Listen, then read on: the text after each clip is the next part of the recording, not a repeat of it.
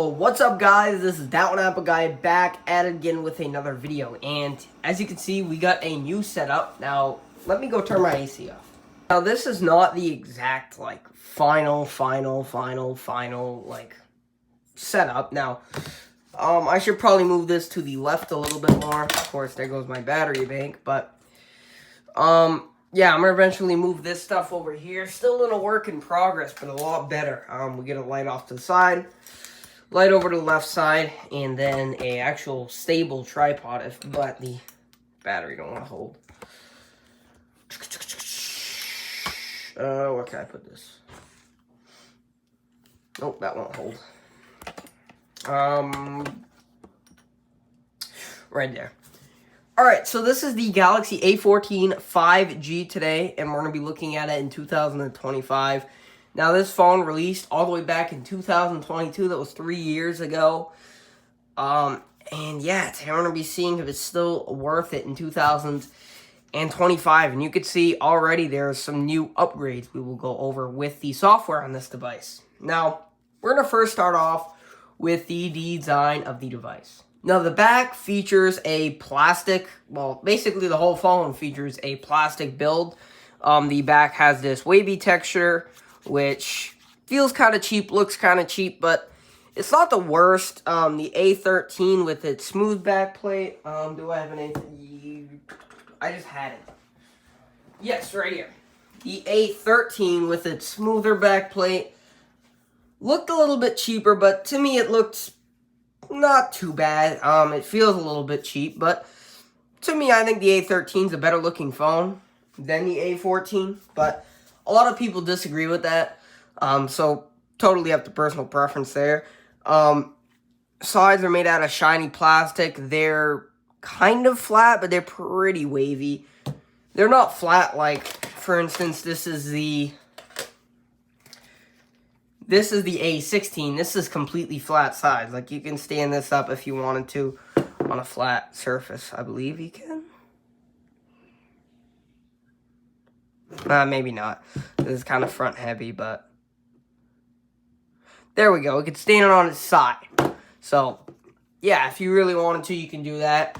And obviously, it has tons of upgrades there, and it's very fast. So, next video, I'm going to have this in 2020, just a review on this guy. So, anyways, back to the A14. On the right side, we're getting a fingerprint and power button. And our volume rocker. Let's test out this fingerprint. 5, 4, 3, 2, 1, go. That works when the screen is off or on, so that's kind of cool. It's pretty fast. Up here we have a mic. To the left we have our, geez, what's on there? SD card and SIM card slot right there. And towards the bottom we have our headphone jack, our mic, our USB-C port, which is only capable of 15 watts, so that kind of sucks. That's really terrible for even a budget phone. 15 watts is slow. And our single firing speaker. And up front, we have our display, which we're going to go more in depth later, but you can see we have our notch, so kind of an older style and very thick bezels. Now, the chipset inside of this phone is a MediaTek Dimensity 700 processor coupled with 4 GB of RAM and 64 GB of storage, which actually results in a very smooth experience. This is One UI 7, which is great how this phone got it. I cannot believe that.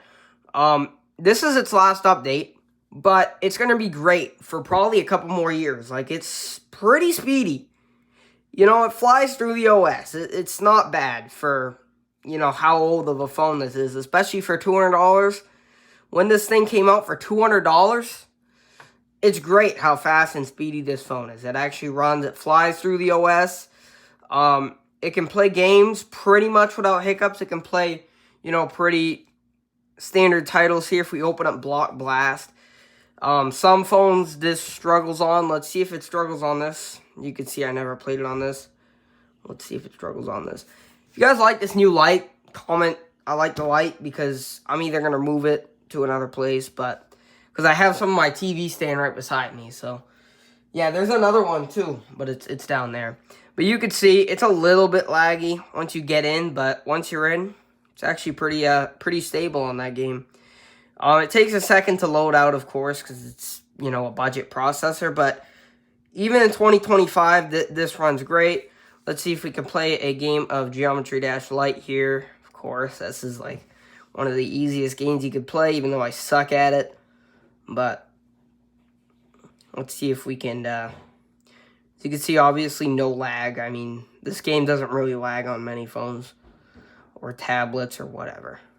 If you guys want me to make tablet reviews, like I have some old tablets that I can review in 2025, comment down below. Oh, see, but yeah, it didn't lag up. That's a good thing. So the Dimensity 700 processor works great. You can see what it scores on Geekbench. Actually, not a bad score. This is with Android 15. Boom, right there. It actually scores better than Android 14. So just to point that out. Next up, I want to quickly go over the display. I believe it's a 6.56 inch. Let me correct myself on this real quick. Just take a sneak peek. 6.58. I was close. So 6.58. I thought it was 6.56, but no. 6.58 inch. So basically 6.6 inch. 1080p LCD screen with a 90 hertz refresh rate. Now, it is an LCD, but it's a 1080p LCD and it has a 90 hertz refresh rate. It isn't the worst 1080p LCD I've ever seen in my life. I think this is better than the Moto G Power 2025 and 2024. Not with refresh rate, but quality of the screen looks better than that. The colors are very sharp and vibrant.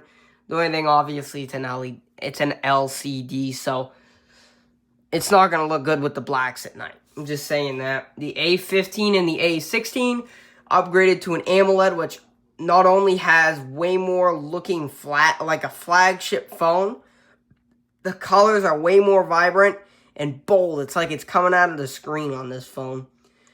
Like, look at how thin the bezels are. This actually looks really like a flagship phone. It looks really nice. So, it's a lot better, the newer AMOLED screens compared to this older LCD technology. So, that would be a saving grace. Like, you can upgrade to a newer phone. You get, you know, better storage, better processing, and a better screen. So that's something to go for it there. Let's go and look at these cameras here. We're going to go ahead and get a 50 megapixel main sensor, which we see on the newer phones, such as the A16, same 50 megapixel. No OIS on this guy, unfortunately, but we do get a 2 megapixel macro and a 2 megapixel depth sensor, which is kind of crap also because, you know, on the newer phone, we're upgrading to a 5 megapixel ultra wide, which 5 megapixels, what can you do with that? And 2 megapixel macro staying. So, I mean, it's not too much of an upgrade on the newer phones, but you'll see that these photos aren't great. So you can see the camera app already in the viewfinder. It kind of looks shit. You get 1x, you get 2x, 4x, all the way to 10x there. You also do have watermark right there. 12 megapixel, 50 megapixel. And if we go into settings, we get scene optimizer, video stabilization, but that's not optical image stabilization. That's just manual. So not much there. Portrait mode there you get. Video you do get, but it only maxes out at 1080p 30 or HD 30, which sucks. And then we have Pro, Macro, Panorama, Night, Food, Slow Motion, Hyperlapse. So a couple, you know, gimmicky features like the macro, complete gimmick. Nobody's going to be using this macro. If you are, it's going to come in terrible because it's a 2 megapixel macro. If it was something like a 8 megapixel macro, maybe it'd be a little bit better, but nobody's going to be using food mode. That's another gimmick. They're just going to be using either portrait or photo because it's the same thing.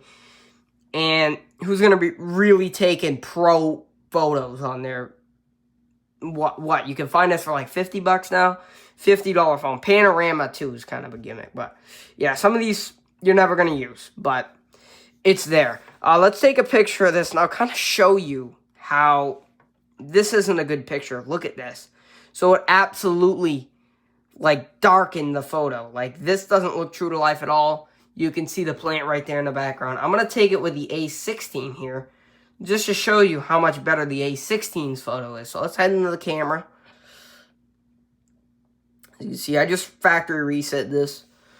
Let's take a picture. Oops, sorry. And you can see how much better this picture is. So if we zoom in, you can see how black the A14 made the photo look. And you can see how natural the A16 looks. Even the A15. Like, these blinds are way oversaturated. This is what my blinds look like, as you can see on camera there. It's a little dull on the A16, but it's pretty true to life. This is way off. This is like yellow, like wood.